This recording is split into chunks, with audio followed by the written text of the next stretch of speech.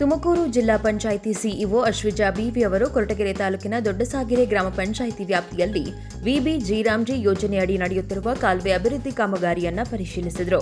ಕೂಲಿ ಕಾರ್ಮಿಕರಿಗೆ ದಿನಕ್ಕೆ 382 ಕೂಲಿ ಹಾಗೂ ಮೂಲಸೌಕರ್ಯಗಳ ಬಗ್ಗೆ ಪರಿಶೀಲನೆ ನಡೆಸಿದ ಅವರು ಬಳಿಕ ಸರ್ಕಾರಿ ಶಾಲೆಗೆ ಭೇಟಿ ನೀಡಿ ಈ ಹಾಜರಾತಿ ವ್ಯವಸ್ಥೆ ಮತ್ತು ಕ್ರೀಡಾ ಮೈದಾನವನ್ನು ವೀಕ್ಷಿಸಿ ಮೆಚ್ಚುಗೆ ವ್ಯಕ್ತಪಡಿಸಿದರು.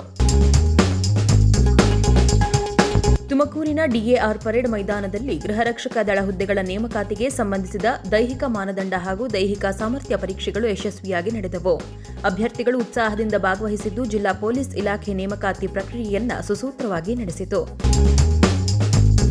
ಕೊರಟಗೆರೆ ತಾಲೂಕಿನ ಕೊತ್ತಗೆರೆ ಹೋಬಳಿಯ ಶೆಟ್ಟಿಗೆರೆ ಗ್ರಾಮದಲ್ಲಿ ನಡೆದ ಗ್ರಾಮದೇವತೆ ಜಾತ್ರೆಯಲ್ಲಿ ಭಾಗವಹಿಸಿ ದೇವಿಯ ದರ್ಶನ ಪಡೆದರು. ಗ್ರಾಮಸ್ಥರನ್ನ ಭೇಟಿ ಮಾಡಿ ಶುಭಾಶಯ ವಿನಿಮಯ ಮಾಡಿಕೊಂಡು ಸಾಂಸ್ಕೃತಿಕ ಕಾರ್ಯಕ್ರಮದಲ್ಲಿ ಪಾಲ್ಗೊಂಡರು. ಗ್ರಾಮದ ಸುಖ, ಶಾಂತಿ ಹಾಗೂ ಸಮೃದ್ಧಿಗಾಗಿ ದೇವಿಯಲ್ಲಿ ವಿಶೇಷ ಪ್ರಾರ್ಥನೆ ಸಲ್ಲಿಸಿದರು. ನೀಟ್ ಪರೀಕ್ಷೆಯ ಅಕ್ರಮ ಹಾಗೂ ಪ್ರಶ್ನೆ ಪತ್ರಿಕೆ ಸೋರಿಕೆ ಆರೋಪ ಖಂಡಿಸಿ ತುಮಕೂರು ಜಿಲ್ಲಾ ಕಾಂಗ್ರೆಸ್ ಪ್ರತಿಭಟನೆ ನಡೆಸಿತು. ಕೇಂದ್ರ ಶಿಕ್ಷಣ ಸಚಿವರ ರಾಜೀನಾಮೆಗೆ ಆಗ್ರಹಿಸಿ ಜಿಲ್ಲಾಧಿಕಾರಿಗಳ ಮೂಲಕ ರಾಷ್ಟ್ರಪತಿಗೆ ಮನವಿ ಸಲ್ಲಿಸಲಾಯಿತು. ಪ್ರಕರಣದ ತನಿಖೆಯನ್ನು ಸುಪ್ರೀಂ ಕೋರ್ಟ್ ಮೇಲ್ವಿಚಾರಣೆಯಲ್ಲಿ ನಡೆಸಬೇಕು ಹಾಗೂ ಪ್ರತಿಭಟನಾಕಾರರ ವಿರುದ್ಧದ ಕ್ರಮ ಹಿಂಪಡೆಯಬೇಕು ಎಂದು ಕಾಂಗ್ರೆಸ್ ಒತ್ತಾಯಿಸಿತು.